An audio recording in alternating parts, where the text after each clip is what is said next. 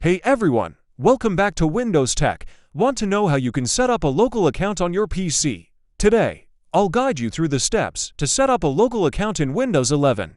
Let's get started. First thing first, in your Windows desktop, open Settings. Press the shortcut key Windows plus I to open the settings. Go to Accounts and over there scroll down and click Other Accounts.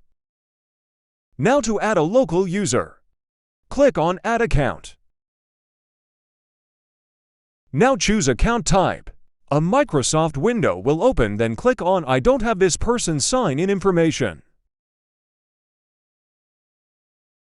Then click on Add a user without a Microsoft account. Now we have to enter local account details. Provide a username, password, and password hint, then click on to Next. After that, a local account will be created. Then you can log into it by signing as other user. So, these steps will help you create a local account on Windows 11. If you found this video helpful, please give it a thumbs up and subscribe to the channel for more troubleshooting tips. Thanks for watching and see you in the next video.